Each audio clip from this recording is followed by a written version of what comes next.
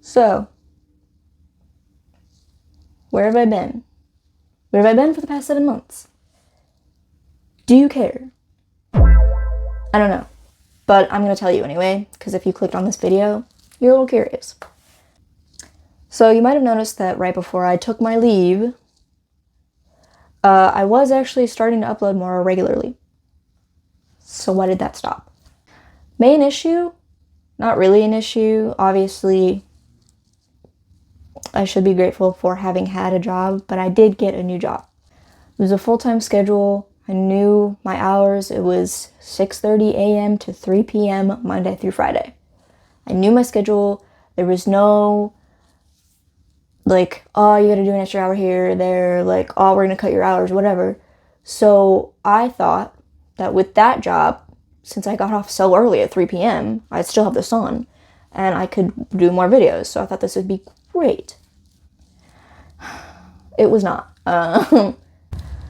Yeah, so it was a full-time schedule, and I was working Monday through Friday, 6:30 a.m. to 3 p.m., which was preferable because my previous job, I would work maybe 36 hours a week. Always got to keep it right under that 40 hours so I don't get benefits.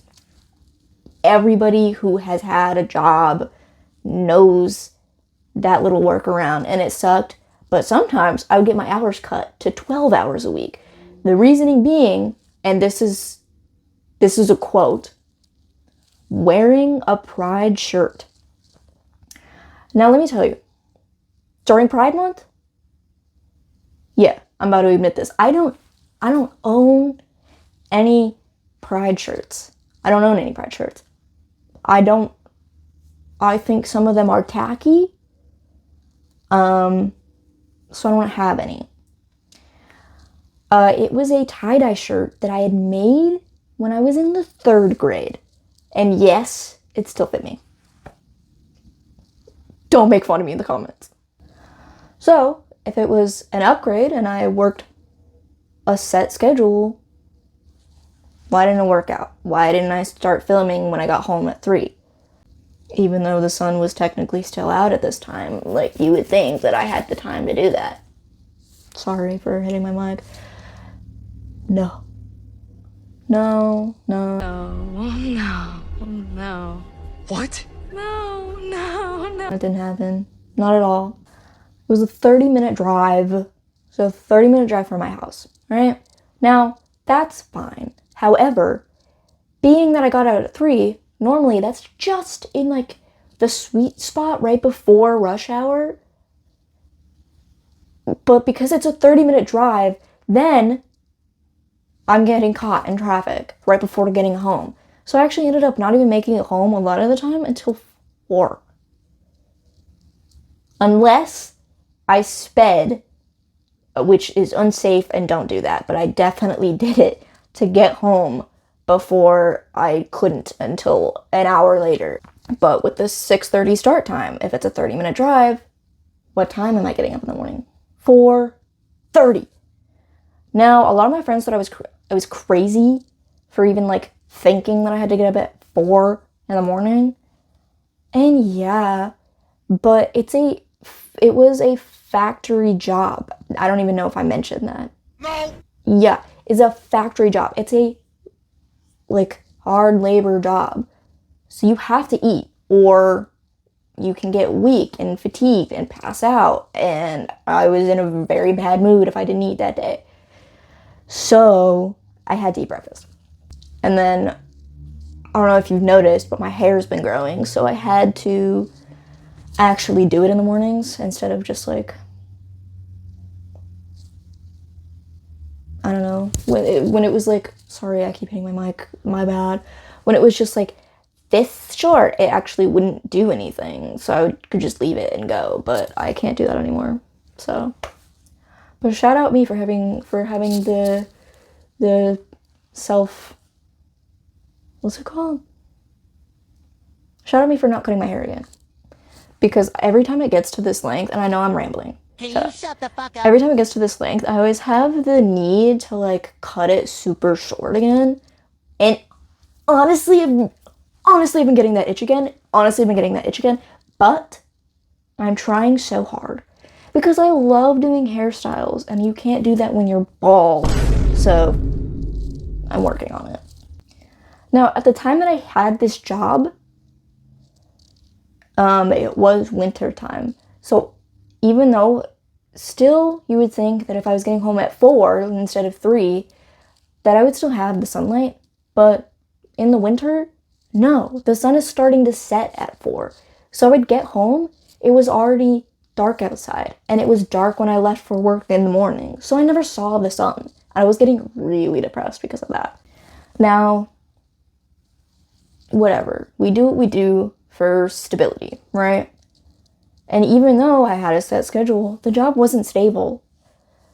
Reason being, every single one of us in that factory had a set amount of sick time that we would get at the beginning of the year, and that's all we got. Especially if it was your first year, you didn't have any extra vacation time, no FMLA, no paid family leave. Even if your family members died, you didn't get bereavement until you were a year in. So, what did I have? I had 56 hours. 56 hours at the beginning of the year, and that's fine. I don't get sick often, right? And I knew this when I was hired, that they had that policy, and if you even went a minute over, you would be fired immediately. But it sounded okay to me.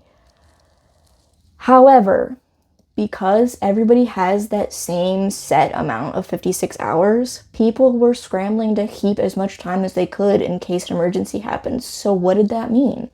People were coming to work sick as hell. So I started getting sick way more often than I used to. And it's been about a month since I left that job. I used to get sick every month. I have not been sick at all since leaving. So the bacteria pit that was the factory that I worked in made it really, really hard to keep my job. I got strep throat, and I still had to come into work because I was low on hours. And the real kicker is, they didn't accept doctor's notes. If the doctor said that you shouldn't be going in for the next 3 days because you're highly contagious, oh well, you have to go in anyway. Or else you'll get fired. And a lot of people, especially working factory jobs, that's their career. That's keeping their families afloat. They can't not have a job. Now, as much as I empathize with that, they also weren't taking care of themselves while they were there anyways. The amount of people that I saw leaving the bathroom not washing their hands. Not only was it a petri dish of bacteria from already sick people, but it's people who are getting fecal matter on everything. They're getting fecal matter on everything. And it was so gross. And you're wondering, hey, why are you watching people wash their hands in the bathroom? I wasn't. It was in a public space. The men's bathroom had a large sink, like those big laundry basins that multiple people could use because it was a factory, so there's usually more men than women. So the women's bathroom was single use and the door locked, and we had the bathroom inside. The men's bathroom was stalls, and the sink was on the outside. So, and they were right next to each other. Like, this is the top floor because it was upstairs, and this is the men's bathroom, and right next to it is the women's. So when I'm waiting my turn to use the bathroom, I'm just waiting in line and watching all these guys just look at the sink, say, oh, I don't want to wash my hands, and just go back to work. Oh, brother, gross! This guy stinks! Y'all are disgusting. And when I got that strep throat, that wasn't the only thing I was even dealing with. I had tachycardia and a fever of 102, and I almost passed out. And I still got told to go back to work. I called HR, and she didn't even read the email or answer the 4 phone calls that I tried leaving her. The only reason that I even found this out was because I had to go back to work the next day, and I had to talk to my supervisor, and he just so happened to run into her upstairs. And he's just like, hey, did you answer that email? She goes, what email? As HR, is your only job not to read the emails and answer the phone calls of people who are like trying to get a hold of you and like ask questions? Are you not human resources? Are you not resources for the humans that are working there? No, apparently not. Now, with an HR like that, you could probably assume they just sat on their asses all day and didn't follow up with any allegations that were running through the factory. Now, the women all knew this, so we would all keep tabs on certain men that we had flagged as like not safe.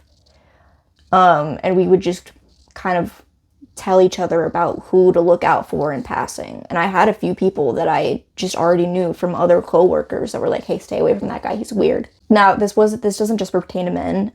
There is, I know at least one lady who was just like a freak and kept touching like my work bestie who was a dude. Keep your hands to yourself no matter what fucking gender you are. I don't care how old you are or if you're a lady. Keep them down.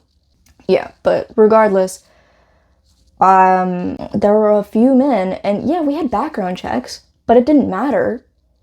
There were men who had allegations of rape and sexual harassment and child predators. Literally, child predators. And you would think, oh, whatever, because it's a factory and children shouldn't be there. But girl... But there were several reports of things going on in the factory. There was one I know who repeatedly followed a bunch of my coworkers around the factory. He got reported multiple times and nothing was ever done about it. He was still working there by the time I left. So you can imagine, I'm tired. I woke up at 4:30 that day. I'm depressed. I don't see the sun. I am sick all the time. I keep my head on a swivel and I don't make eye contact with anybody. I have to keep my head down. Like, just, I've stopped interacting with people at this point. I'm a couple months in. I felt like a fish bleeding out in a pool of sharks. That's how every day felt. Sometimes coworkers that I was cool with would come up to me and they would be like, hey, this dude in like his 40s is asking questions about you, calling you cute and stuff like that. Shut up! Don't ask questions about me. You don't need to know anything about me. And that bathroom situation, like I said, men's bathroom right here, women's bathroom right here. So we're all standing in line together. And right next to the women's bathroom, there's a mirror right there. So when I was going into the bathroom, right next to the door is a mirror. So I would look in the mirror and I can see who's doing the lean behind me. And if you don't know what the lean is, bless your heart. It's like, you know, when they're like,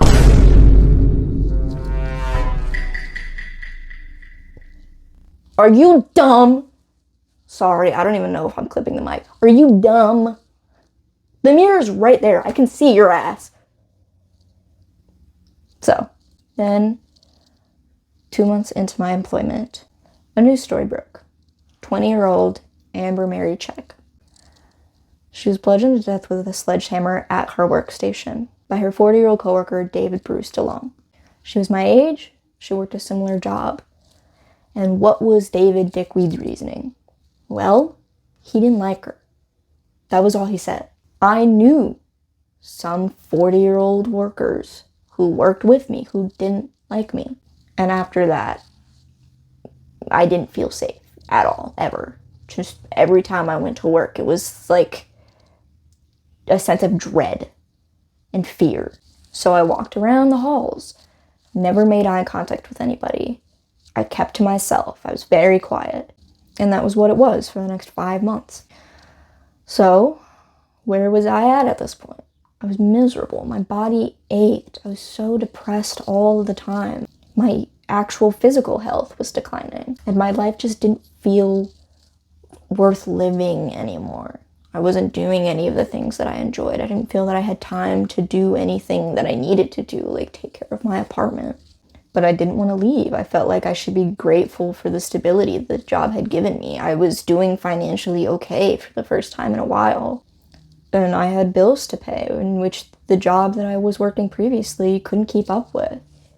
So I stayed for a while after that. But about 4 months in, I did meet somebody.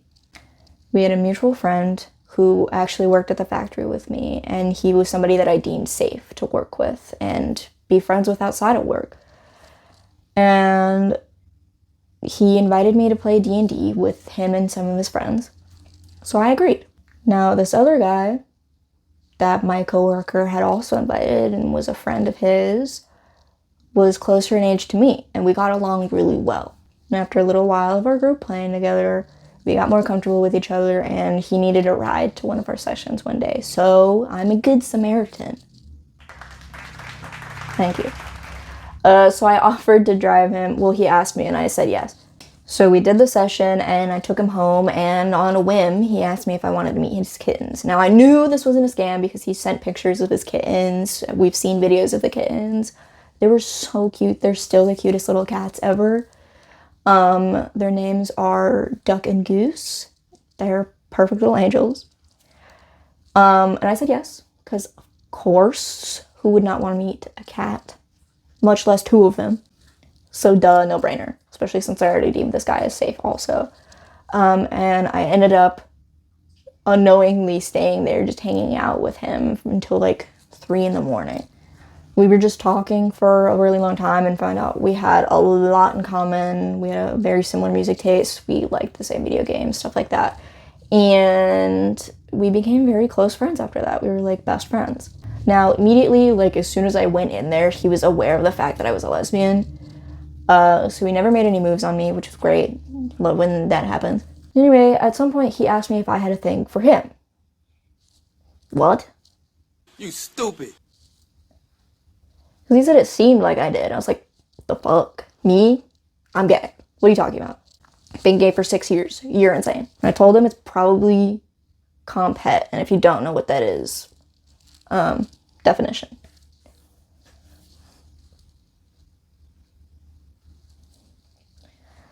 So I called him crazy. Not really, but a little bit. I was like, nah. But he wasn't crazy. So, but I just didn't want to admit it at first. Like, I was freaking the fuck out. There's a stigma that's going around that pisses me off so much. And it's like, give a lesbian 10 years and she'll find the right guy. And I resent that statement. I really do. Like, it's so hard to come out as a lesbian.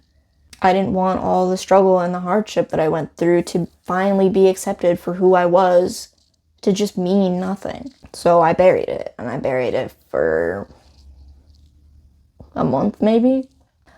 But it came to a point where I couldn't really hide it anymore. But I didn't feel like I had anybody to talk to about it. It's really hard after coming out of the closet as a lesbian and all of a sudden being like, oh, I like a dude, because you know the comments that you get from stuff like that. It's like, oh, we told you you'd find the right guy, and like, and then he would get weird comments too, like, oh, how do you feel now that you turned her?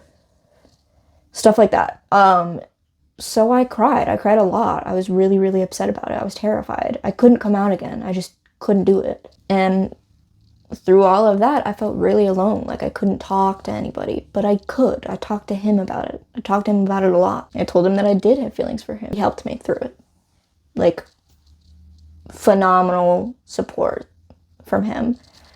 Now, I don't obviously identify as a lesbian anymore, but I'm not bisexual either. I just don't really feel like I reside with that community either. So I've just decided to stick with queer. It's an all-encompassing term. I don't feel stuck to one or the other. I still love women, and I still love my boyfriend. And I still love and appreciate the lesbian community that gave me a sense of community and gave me a home. And I still support that community today, even though I don't identify with it anymore. So yeah, I have a boyfriend, and his name is Everett. And we are 5 months in now. And I'm really happy that I met him. He's my best friend, my greatest support system. And he actually ultimately was a big reason why I quit my job. He helped me work through it and told me that I didn't need it. I was in a really good situation to where I could just up and leave without worrying about like my family or losing my apartment and stuff like that. because I was fortunate enough to have saved enough to where I could pay a few months' rent without worrying. So I quit.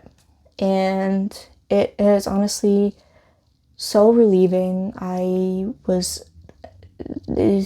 had so much insomnia because it's like fight or flight response every night. Like the bad thing's about to happen when I go to work the next day, and I just couldn't do it anymore. It was such a hellscape. And I feel like I can breathe finally, and then I can start going back to doing the things that I really want to do, like YouTube. And I want to take this time to recover from the burnout that job has caused me, and I want to give this a chance. I want to do YouTube videos. I think that this is something that I've always had in the back of my mind. Like, I wish I could just do this instead of working at a factory. And I've started writing music again, and I formed a band, and they're awesome. So I want to take this chance to be 20, and, well, I'm 21 now, actually, which is crazy. But I want to take this chance to be naive and make mistakes and be kicked in the ass by life a couple times and follow my dreams. And if you're here from before the hiatus, I want to take this time to thank you for sticking around for as long as you did. And if you're new here, I hope you give me the chance. But with that, I take my leave, and it won't be the last time.